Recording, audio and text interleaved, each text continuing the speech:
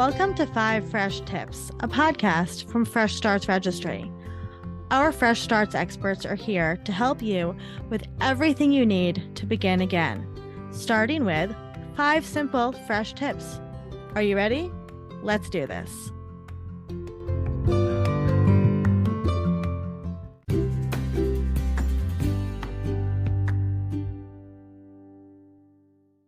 Hi, I'm Kara Francis, a divorce coach and a Fresh Starts expert. I'm here today with 5 fresh tips to help you navigate all stages of divorce from start to finish. Number 1, stay present. No matter which stage of divorce you're in, there's a lot going on. And that makes sense because divorce impacts all facets of your life. It can become very overwhelming very quickly. If you feel scared or worried, this creates stress. And guess what happens to your energy when you feel stressed? Exactly. Womp womp, which is not the divorce journey we are going for here.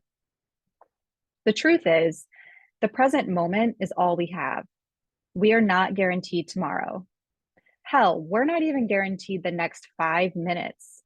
So why waste your valuable time and energy focusing on things that haven't happened yet and may never happen?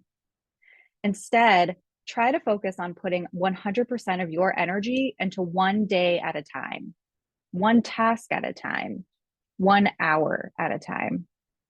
Small progress each day amounts to big progress over time, which is much better than no progress at all because you're so stressed out or frantically jumping around from task to task. Giving your 100% in the present moment requires you to tune into your body and assess where you're at energetically, and most importantly, to accept it. Just because you have a long to-do list doesn't mean you force yourself to complete every item if you're not operating at full capacity, whether that's physically, mentally, or emotionally. Think about it. If you want the best results possible, how realistic is that if you can't commit your full potential energy to the task? If you need to rest, then devote 100% of your energy to resting. If you need to cry, then do that and nothing else. If you want to work out some stress with physical activity, then focus purely on moving your body. And then, when you feel ready to work on the next divorce-related task, you can give it your all. None of these tasks is more worthwhile or important than the other. Each deserves your full attention because the way you do one thing is the way you do all things. Number 2, focus on what's within your control and release everything else. Similar to worrying about the future, trying to control the uncontrollable is an exercise in futility, and it's a waste of your time and energy. What's within your control when it comes to divorce? Many things: your mindset, your decisions and actions, processing your emotions, preferably with a coach or a therapist, caring for your body, so nutrition, physical activity, and sleep, how you respond to other people and situations, the professionals you choose to hire for your team, setting and enforcing boundaries, how you spend your time, and with whom. Now, what's not within your control when it comes to divorce? Also, many things. The thoughts, emotions, decisions, and actions of other people, including how they respond to your thoughts, emotions, decisions, and actions. The professionals your spouse chooses to hire for their team. How other people respond to your boundaries. The market and how it impacts your overall wealth, such as investment accounts, real estate, and things like that. And outcomes. No matter how much you prepare or hope for the best, at the end of the day, what will be, will be. It's only natural you would want to control every aspect of your divorce because, duh, this is your life we're talking about here. But certain things are simply outside your control, for better or for worse. And once you accept that fact, you can then focus 100% of your energy on the things that are within your control and create the most powerful results for those aspects of your life. Number 3, silence the peanut gallery. If I had a dollar for every time a client told me what their friend slash family member slash neighbor slash colleague slash the person next to them in Zumba class did for their divorce, I could take myself out to a really nice dinner, which, yum, but that's not what I want for my clients. Divorce is one of those topics that can be taboo to talk about. But as soon as someone reveals they are getting one, everyone suddenly has an opinion that must be shared with you, such as, you have to do a 50-50 parenting schedule and it has to look this way. Or, you're going to be paying her spousal support for the rest of your life, so get used to it. Or, try to get more parenting time, then you can pay less child support. And the list goes on. Guess what? There is no right or best way to get divorced. Also, each state has its own unique divorce laws and rules. So, what worked well for one family will not necessarily work for another. You and your spouse are unique individuals with a unique relationship.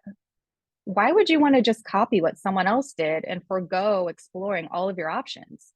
That's kind of boring, no? You have the ability to create a post divorce life that works best for you. It doesn't have to make sense to anyone else, so long as it makes sense to you and works for your family. Case closed. Number 4, this is a nice segue. Set boundaries. If your goal is to get divorced in a way that feels most true and authentic for you, then you've got to get the naysayers out of your way. Energy attracts like energy. If someone expresses doubt, worry, or fear about the decisions you're making in your divorce, then guess what? That energy can very easily latch onto you and take you right down to where that person is. In an instant, you can go from feeling positive and confident to feeling uncertain and worried. Who is the one getting divorced here? Oh, that's right, you. So, guess whose opinions matter most at the end of the day? Ding, ding, ding, you again, which means you need to protect your energy from the naysayers. They will only distract you and cause you to second guess your decisions. And how do we protect our energy? Boundaries. Setting boundaries can be challenging, especially with the most important people in your life, like your spouse, family, and friends. Here are some quick tips. Make the boundary about you, not what the other person is doing wrong. Be clear and succinct. Don't give a laundry list of reasons for your boundary. That'll just give the other person things to pick at. And be kind. Most likely, this person cares about you a lot, and you want to preserve your relationship with them in some way after you set the boundary. For example, if every time you speak to your sister about your divorce, her concerns about your future financial security really bring you down, try saying something like this. I appreciate how much you care about me. Discussing my finances and divorce makes me feel uncomfortable. I would like to spend our time together talking about other things. An amazing book for setting boundaries that I recommend to my clients all the time is Set Boundaries, Find Peace by Nedra Tawwab. Go check it out. Also, bear in mind, there's a big difference between setting healthy boundaries to protect your energy on one hand and being closed off to receiving information and advice from qualified professionals on the other hand, like your lawyer, mediator, or accountant. If you choose to hire these professionals to guide you, then at least be open to hearing what they have to say before you make the decision that works best for you. And tip number 5, lean into your authentic, most badass self. In long-term relationships, it's very common to mold your interests and life into whatever your partner enjoys. And over time, you can really lose sight of who you are and what you want in life. For example, if your spouse loves sports and hanging out with big groups of people, you may find yourself tagging along to loud bars full of TVs and people you don't know very well, just for the sake of appeasing your partner and spending time with them.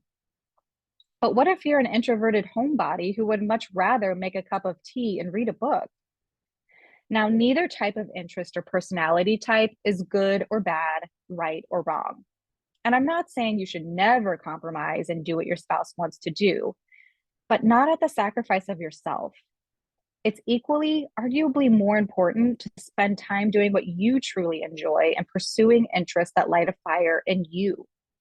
You are a unique human being first, and a spouse slash parent slash friend slash employee slash etc. second. In order to perform all those other roles in your life to the best of your ability, you need to nurture yourself first. The good news, now that you're getting divorced, you can do whatever you want. So long as you're not hurting yourself or anyone else, go off, adopt a pet, go out to dinner or see a movie by yourself, dance naked in your living room, book the trip, go to the concert, start your own business, go to a painting class. Hell, go to the sports bar and watch the football game. Regardless, do what makes you feel like your most authentic self. I hope these 5 fresh tips help you navigate all stages of divorce from start to finish. Remember, you can always find me at Fresh Starts Registry on the Expert Guide. I'm Kara Francis, and never forget, we're proud of you.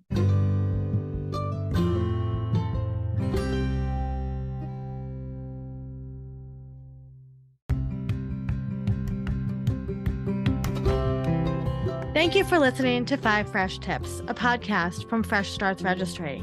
To browse the expert resource guide and build your hype team today, head to freshstartsregistry.com/experts. And remember, we are always so proud of you. Keep up the amazing work.